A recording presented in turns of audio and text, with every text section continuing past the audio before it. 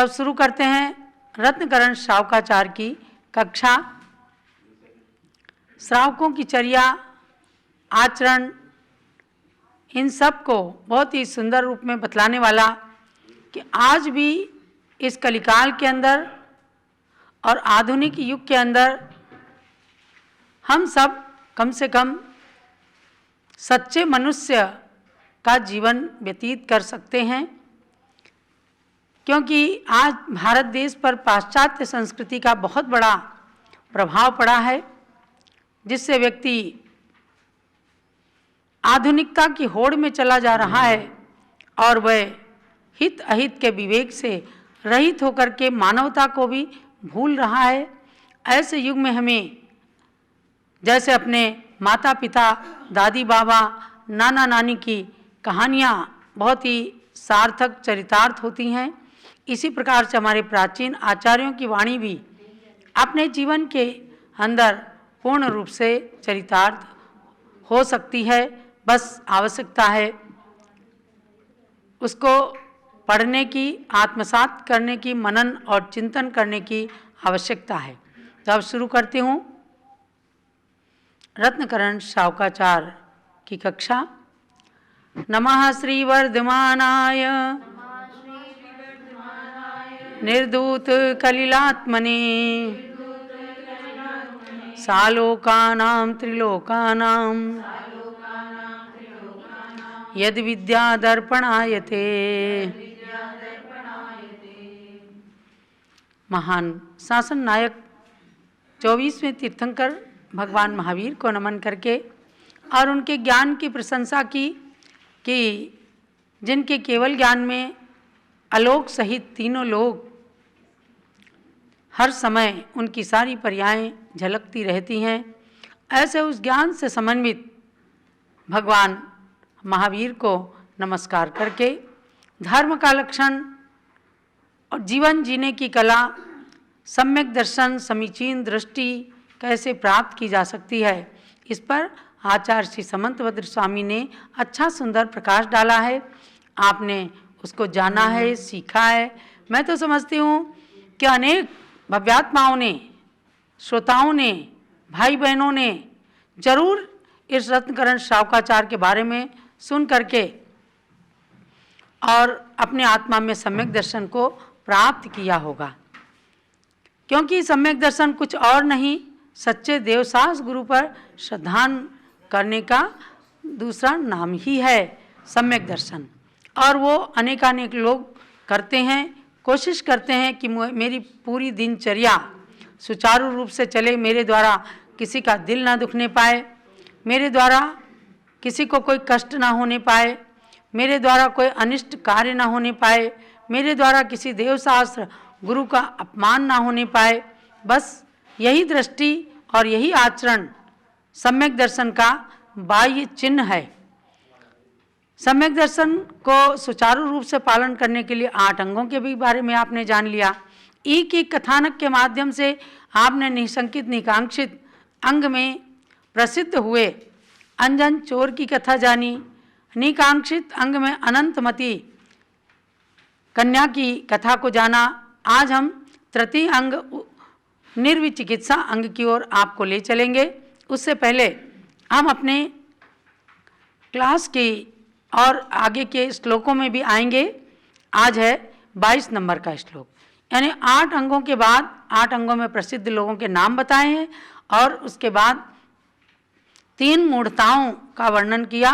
त्रिमूढ़ा पौढ़मष्टांगम, 3 मूढ़ताओं से रहित ज्ञान होना चाहिए, तभी अपना सम्यक दर्शन शुद्ध रह सकता है। 8 अंगों का परिपालन किया, बहुत अच्छा हुआ। अब उसके साथ में मूढ़ता का मतलब यह है कि लौकिक कार्यों में कोई मूर्खतावश पुश्तैनी से चली आई कोई कुरीति का पालन करना, उस ओर प्रवृत्ति करना, बस ये मूढ़ता है। ये 3 प्रकार की है, लोक मूढ़ता, देव मूढ़ता और गुरु मूढ़ता। तो लोक मूढ़ता पर आती हूँ कि लोक मूढ़ता के बारे में हम जानें, ताकि उसको दूर करने का, उससे छूटने का प्रयत्न करें। 22 नंबर का श्लोक है। आपगा सागर स्नान मुच्चयः सिकतास्मनां गिरिपातोऽग्निपातश्च लोकमूढ़ं निगद्यते। सुंदर सरस और सरल शब्दों का पद्यानुवाद सब लोग एक साथ मिलकर के पढ़ेंगे। नदी सागर में स्नान किए से मैं पवित्र हो जाऊंगा, बालू पत्थर के ढेर लगा मन वांछित सुख पा जाऊंगा। पर्वत से गिर कर मरने से, अग्नि में जल कर मरने से, जो धर्म मानते हैं समझो बस लोक मूढ़ता के वश वे। अच्छा सुंदर बताया कि आपगा सागर स्नान, आपगा माने किसी नदी में जाकर स्नान कर लेना, संगम में, गंगा नदी में, सरयू नदी में, इनमें स्नान करने को धर्म मानना। एक तो शारीरिक शुद्धि के लिए स्नान तो किया ही जाता है, चाहे कोई कुएं के जल से करे, चाहे नल के जल से करे, चाहे नदी के जल से करे। और एक है कि उस नदी में स्नान करने से आत्मा पवित्र होगी, आत्मा मोक्ष चली जाएगी, इस बात को मानना लोक मूढ़ता है। तो आपगा सागर स्नान धर्म समझ करके नदी और समुद्र में स्नान करना, और खूब ठंडी ठंडी में लोग जाकर इस भाव से स्नान करते हैं कि मैं तो तिर जाऊंगा।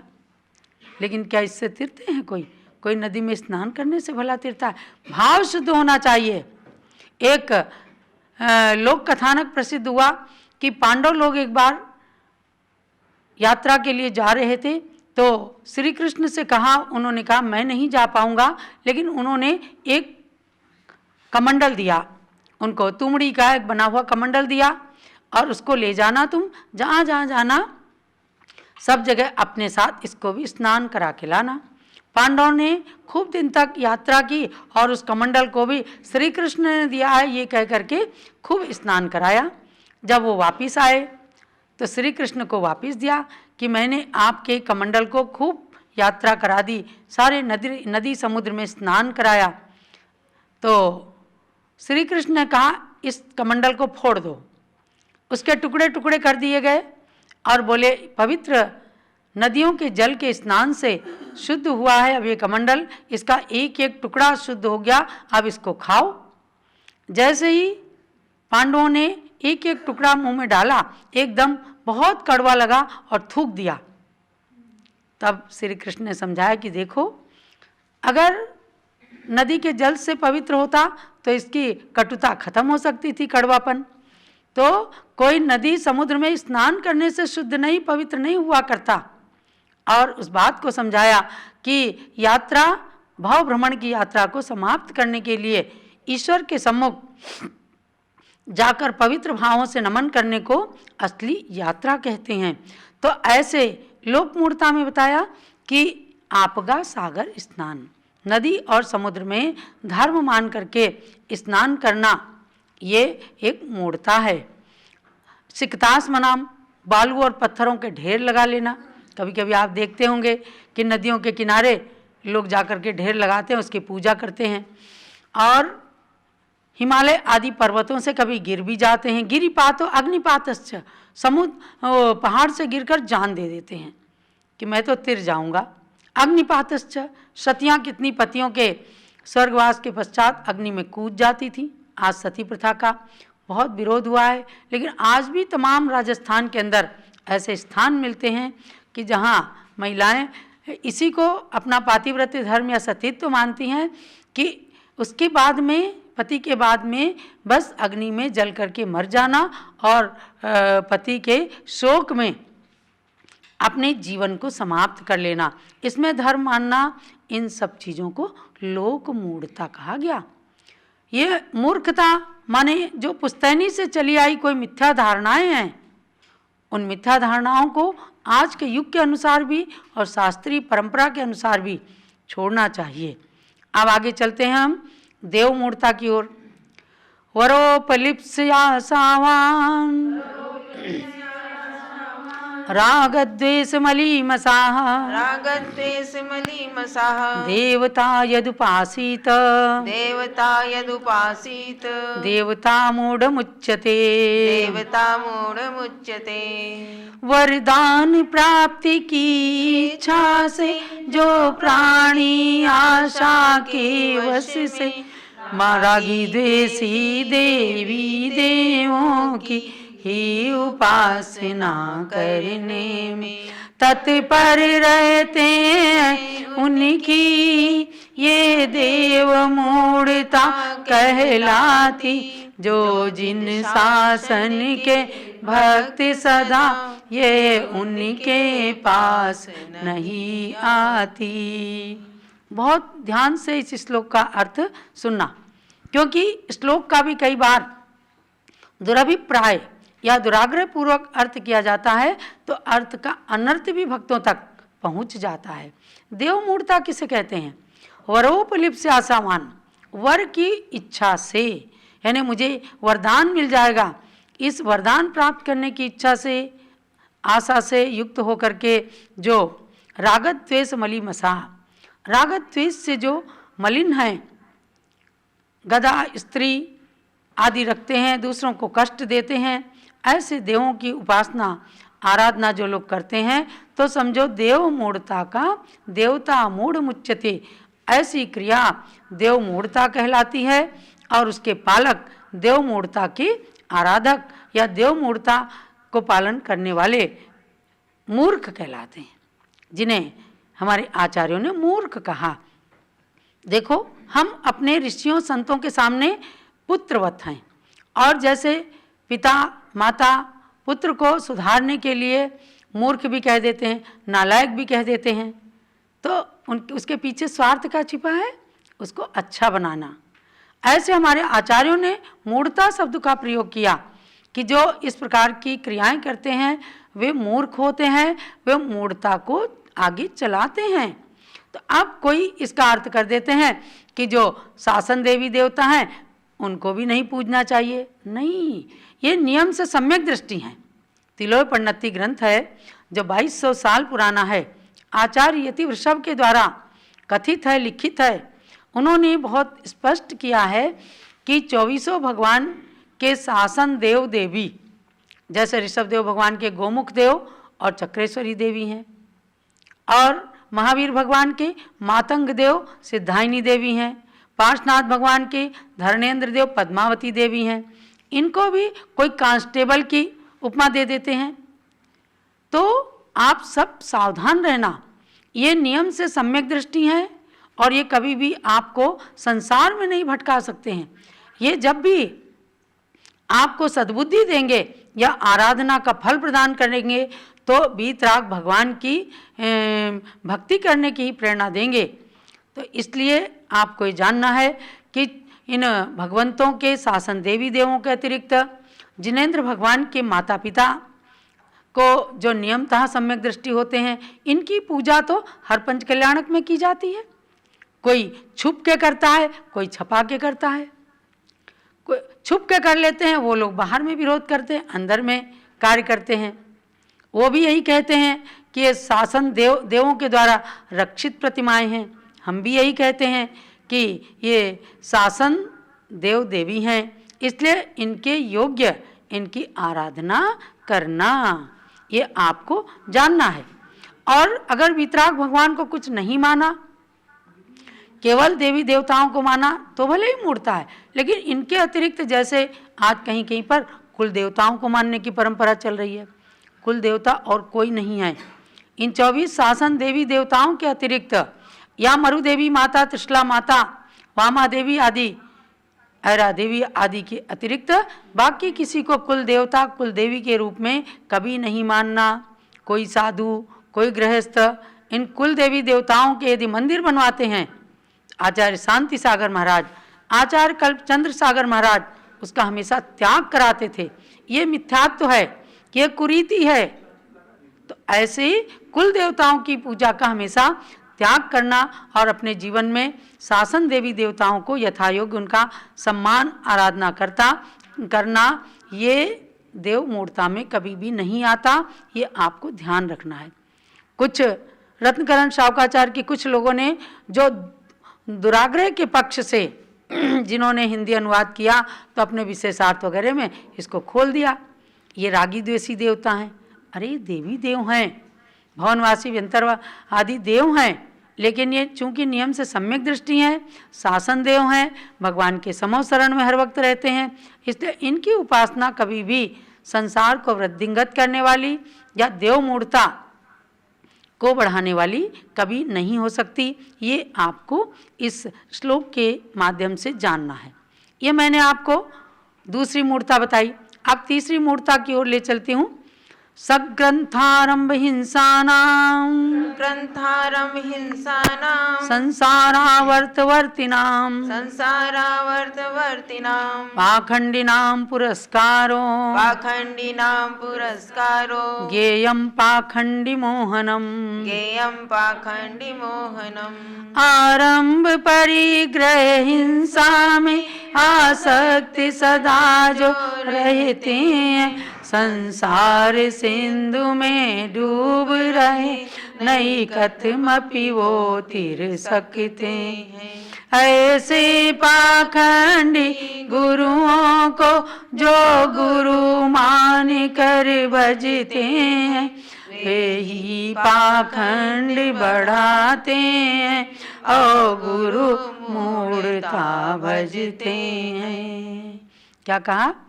सब ग्रंथारंभ हिंसा नाम, परिग्रह से सहित हैं, उसी में रचे पचे हैं, उनमें आसक्त हैं और हिंसा से सहित हैं। संसारावर्तवर्ती नाम, संसार भ्रमण के कारणभूत जो निमित्तभूत कार्य हैं उनमें हर वक्त संलीन रहते हैं, तल्लीन रहते हैं। पाखंडी नाम, ऐसे कुलिंगियों को, ऐसे लोगों को गुरु मानना, पुरस्कारा माने उनको पुरस्कृत करना, माने उनका सम्मान करना, उनको आगे लेकर के चलना। पाखंडी मोहनम, ये पाखंड को बढ़ाने वाली गुरु मूर्ता है। यानी सच्चे गुरु कौन है?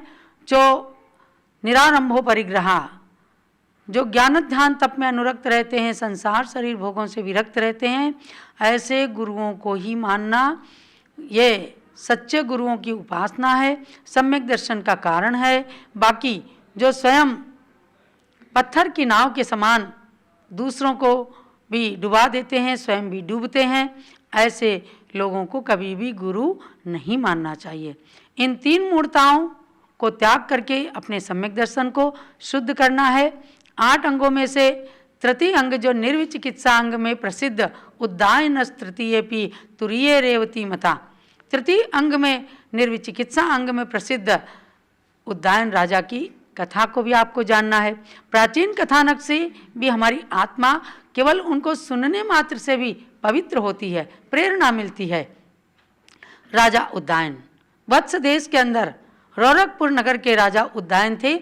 एक बार सौधर्मेंद्र की सभा के अंदर उनके सम्यक दर्शन की दृढ़ता और निर्विचिकित्सा अंग की बहुत प्रशंसा हुई। तब एक देव के मन में आया, वासव नाम के देव ने आकर के और एक दिगंबर मुनि का वेश धारण किया और उनके उद्दायन राजा की परीक्षा ली। कैसे परीक्षा ली तो सुनिएगा। ध्यान लगा कर सुनो, ध्यान लगा कर सुन लो सम्यक दर्शन की कथा, अंग निर्विचिकित्सा सबके लिए प्रेरणादायक है। राजा उद्दायन की प्रशंसा स्वर्ग में सौधर्म इंद्र ने किया, आया देव स्वर्ग से यहाँ करने उनकी परीक्षा, सुन लो उनकी ही कथा सबके लिए प्रेरणादायक है। तो देवता आता है और मुनि के वेश में उसका पड़गाहन होता है उद्दायन राजा के यहाँ। देव ने मुनि का वेश बनाया, नृप ने उन्हें आहार कराया, मुनि ने वमन कर दिया, राजा दुखी ता हुआ, सुनो आगे क्या हुआ सबके लिए प्रेरणादायक है। मुनि ने तुरंत उल्टी कर दी, ऐसी दुर्गंधित उल्टी कर दी कि लोग भाग गए, लेकिन राजा उदयन ने अपनी पत्नी के साथ उनके शरीर को साफ किया और बल्कि अपनी निंदा की कि मेरे आहार में जरूर कोई गड़बड़ रहा। मुनि तन स्वस्थ किया राजा ने, असली रूप किया तब देव ने, बोला धन्य हो तुम राजा, पाला निर्विचिकित सा, मैंने की थी परीक्षा, सबके लिए प्रेरणादायक है। मुनि का वेश बनाए हुए उस देवता ने अपने रूप को प्रकट किया और कहा कि राजन, मैंने आपकी प्रशंसा सुनी थी, मैं आपकी परीक्षा करने के लिए आया था और इतनी दुर्गंधित उल्टी के बाद भी आपने मेरी सेवा की और अपने निर्विचिकित्सा अंग का पालन किया, उसका परिचय दिया, इससे मैं प्रभावित हुआ हूँ। इसी तरह सब भव्यात्माओं, इसी तरह सब भव्यात्माओं, परोपकार में ग्लानि न लाओ। चंद नमति ये शिक्षा, पालो निर्विचिकित्सा, होगी आत्मा की चिकित्सा, सबके लिए प्रेरणादायक है। ये तो मुनि के लिए कहा कि मुनि के मलिन शरीर को देख करके भी उनके रत्नत्रय की प्रशंसा करना और उनके मलिन शरीर से ग्लानि नहीं करना, ये निर्विचिकित्सा है। लेकिन किसी भी प्राणी के उपकार में कभी भी ग्लानि नहीं करना। आज अपने देश के अंदर क्रिश्चियन धर्म क्यों चला, क्यों बढ़ा? क्योंकि उन्होंने सेवा को प्रधानता मानी और एक सड़े गले कुत्ते को भी लेकर अपने आश्रम में आकर उसकी सेवा करके स्वस्थ किया। ऐसे न जाने कितने लोगों को ला करके सेवा करते हैं। तो ये है मानवता, और मानवता को पालन करने से ही यदि अपनी आत्मा के अंदर समीचीन दृष्टि बन जाती है तो वह सम्यक दर्शन के अंग का पालन हो जाता है। वह तो केवल मानवता है, मानव की सेवा है। इंसान होने के नाते प्राणी मात्र की सेवा करने का भाव क्रिश्चियनिटी के अंदर छिपा हुआ है। लेकिन महानुभावों, आत्मा की दृष्टि को समीचीन बनाने के लिए, सम्यक दर्शन को विशुद्ध करने के लिए त्रिमूढ़ा पौढ़मष्टांगम सम्यक दर्शनमस्मयम, इस श्लोक को ध्यान में रखना। 3 मूर्ताओं से रहित और 8 अंगों से सहित जो आत्मदृष्टि बन जाएगी, प्राणी मात्र के प्रति मैत्री की भावना हो जाएगी और जिनेंद्र भगवान के कहे हुए तत्व और पदार्थों पर श्रद्धान हो जाएगा, तो निश्चित रूप से हम और आप सम्यक दृष्टि बन सकते हैं और सम्यक दर्शन पालन कर सकते हैं। तो अपने हृदय को पवित्र बनाना, अंत में सम्यक दर्शन के विषय में आप ये जानना, जैसे एक लेखक ने लिखा कि heart is not a basket for keeping tension, wrong thoughts and sadness, it is golden box for keeping roses of happiness and sweet memories and spiritual thoughts.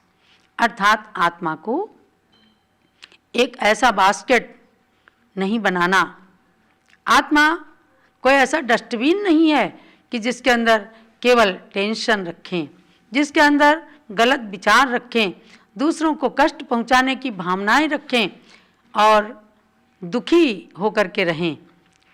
बल्कि आत्मा को यानी हृदय को भी आप एक गोल्डन बॉक्स बनाएं, स्वर्णमयी पिटारा बनाएं, जिसके अंदर आप अच्छे गुलाब पुष्प के समान सुगंधित खुशियों के फूल जलाएं, दूसरों को भी खुश रखें, स्वयं भी खुश रहें और स्वीट मेमोरीज, जीवन के अंदर जो मधुर अनुभव आए हैं, जो मित्रता के नाते और माता पिता से या घर परिवार से जो आपको अच्छे अच्छे अनुभव मिले हैं, उनको रखें।